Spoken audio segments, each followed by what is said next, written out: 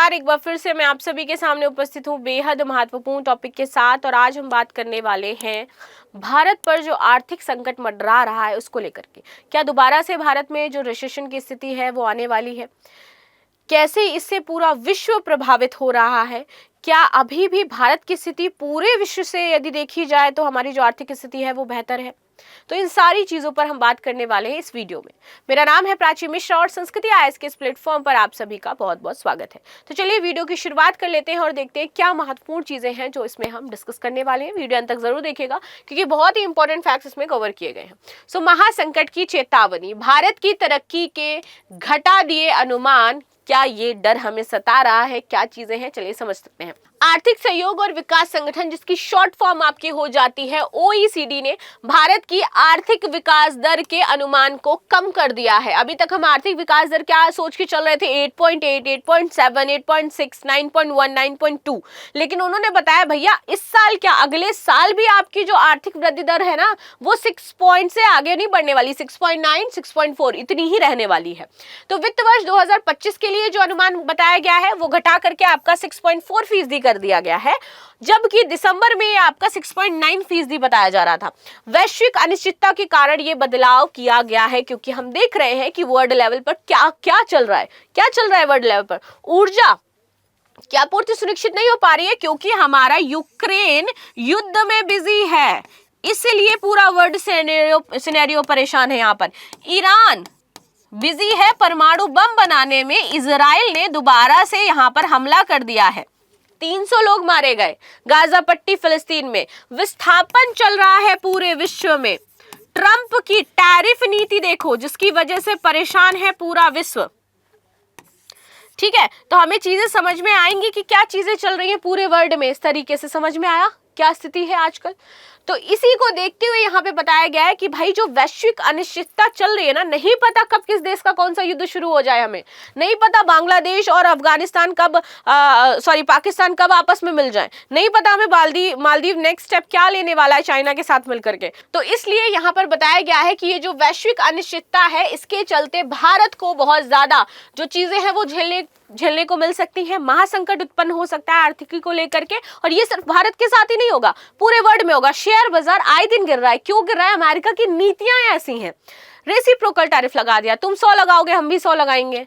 तो अब देख रहे हो उससे क्या शेयर मार्केट का हाल है। तो इसी वजह से ये चीजें बताई जा रही है। जो निवेशक है वो परेशान है, वो रिस्क नहीं लेना चाहते हैं यहाँ पर इन्वेस्टमेंट का।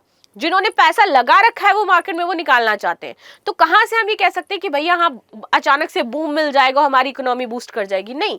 तो ये सारे इसके फैक्टर्स हो जाते हैं जिसकी वजह से परेशान है पूरा विश्व। इस महासंकट के चलते कई देशों की आर्थिक विकास दर 2026 में घटने की उम्मीद है, लेकिन भारत उनमें से एक अपवाद है। कैसे अपवाद है ये समझ लेते हैं। तो यहाँ पर संकट तो है, लेकिन अगर अन्य देशों को देखा जाए, अमेरिका जैसे बड़े देशों को देखा जाए, चीन को देखा जाए, जापान और रूस को देखा जाए, तो उससे ज्यादा स्थिति अच्छी भारत की रहेगी। ये हमारे लिए गुड न्यूज हो जाती है। तो चलो ये समझते हैं कैसे। वित्त वर्ष 2026-27 के लिए ओईसीडी ने जीडीपी विकास दर का अनुमान घटा करके 6.6 कर दिया है, जो पहले 6.8 था। वित्त वर्ष 2024-25 के लिए ओईसीडी ने विकास दर 6.3 आकी है। वहीं राष्ट्रीय सांख्यिकी कार्यालय जो एनएसओ है इसका अनुमान 6.5 रहा है। सब अपने अकॉर्डिंग यहाँ पर देते हैं रिसर्च कर करके। आगे देख लेते हैं अमेरिका और चीन को क्यों बड़ा झटका इसमें लगने वाला है। तो अमेरिका में आर्थिक विकास दर 2025 में 2.2 और 2026 में 1.6% धीमी होने वाली है वहां की विकास दर। ठीक है, चीन की विकास दर की बात करें तो 2025 में 4.8 और 26 में 4.4 तक गिरने की आशंका बताई जा रही है। अमेरिका और चीन जैसे देशों का ये हाल है। सबसे ज्यादा तो हमें चीन में रिसेशन देखने को मिल रहा है। 4.8% उसकी विकास दर नीचे जा रही है, 4.4% 26 में जा रही है उसकी विकास दर नीचे। ठीक है, ओईसीडी की अंतरिम आर्थिक आउटलुक रिपोर्ट में कहा गया है कि भारत में मंदी का असर कम होगा, लेकिन पूरे विश्व में ज्यादा होगा इसका असर। भारत से ज्यादा पूरा विश्व झेल रहा होगा इस आर्थिक मंदी को। भारत की स्थिति पूरे विश्व से बेहतर रहने वाली है। ठीक है, रिपोर्ट में कहा गया है कि भारत और इंडोनेशिया में मंदी कम होने का अनुमान है। इन दोनों देशों को निर्यात में कुछ मदद मिलेगी क्योंकि ये उन देशों से व्यापार आकर्षित करेंगे जिन पर ज्यादा टैरिफ लग रहे हैं। इस वजह से हमें इसका कम थोड़ा सा जो असर है मंदी का वो देखने को मिलेगा। इंडोनेशिया की अर्थव्यवस्था 2025 में 4.9 और 2026 में 5% बढ़ने की उम्मीद यहाँ पर बताई गई है। तो Indonesia is the one of the world की जो सबसे ज्यादा पॉपुलेशन अगर मैं कहूँ तो मुस्लिम पॉपुलेशन आपको यहाँ पर देखने को मिलेगी। 2024 की चौथी तिमाही में भारत का आर्थिक प्रदर्शन मजबूत रहा है। पिछले महीने जारी आंकड़े के अनुसार अक्टूबर दिसंबर की अवधि में जीडीपी में वृद्धि दर आपकी 6.2% रही है। चुनौतियों के बावजूद भारत के लिए स्थिति बेहतर है। वैश्विक चुनौतियों के बावजूद ओईसीडी भारत की इकोनॉमी फ्लेक्सिबिलिटी को लेकर के आशावादी है। ओईसीडी के महासचिव हैं मैथियास कॉर्मेनो ने बोला है कि वैश्विक अर्थव्यवस्था ने कुछ लचीलापन दिखाया है, विकास दर स्थिर है और महंगाई कम हो रही है। हालांकि कुछ कमजोरी के संकेत मिले हैं जो नीतिगत अनिश्चितता के कारण बने हुए हैं।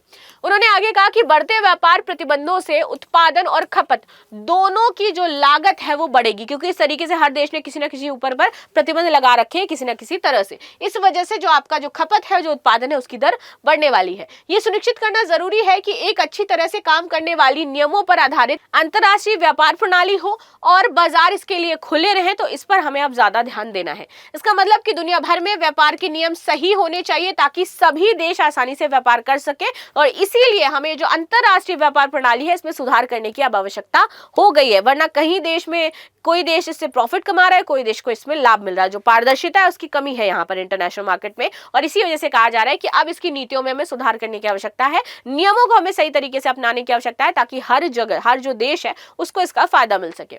वैश्विक आर्थिक आउटलुक को 2025 के लिए 3.3% से घटा करके 3.1 और 2026 के लिए यहाँ पर 3% कर दिया गया है। इसका मतलब कि दुनिया की अर्थव्यवस्था पहले जितनी तेजी से बढ़ने की उम्मीद थी, अब वो क्या है, कम तेजी से बढ़ेगी। पहले 3.3 का अनुमान था, अब 3.1 हो गई है वैश्विक अर्थव्यवस्था। वहीं महंगाई के मामले में अगर हम बात करें, ओईसीडी की रिपोर्ट क्या कहती है, तो 25-26 में भारत में अनुमान था 4.8%, इसको घटा करके यहाँ पर 4.5% कर दिया है। वित्त वर्ष 26-27 के लिए अनुमान 4% था, जिसको बढ़ा करके 4.1% कर दिया गया है कि महंगाई आपकी 26-27 में आपको बढ़ती हुई दिखाई देगी, अभी थोड़ी सी कम होती हुई दिखाई दे सकती है। इसका मतलब है कि आने वाले सालों में महंगाई थोड़ी क्या होगी, बढ़ेगी, जैसे मैंने बताया।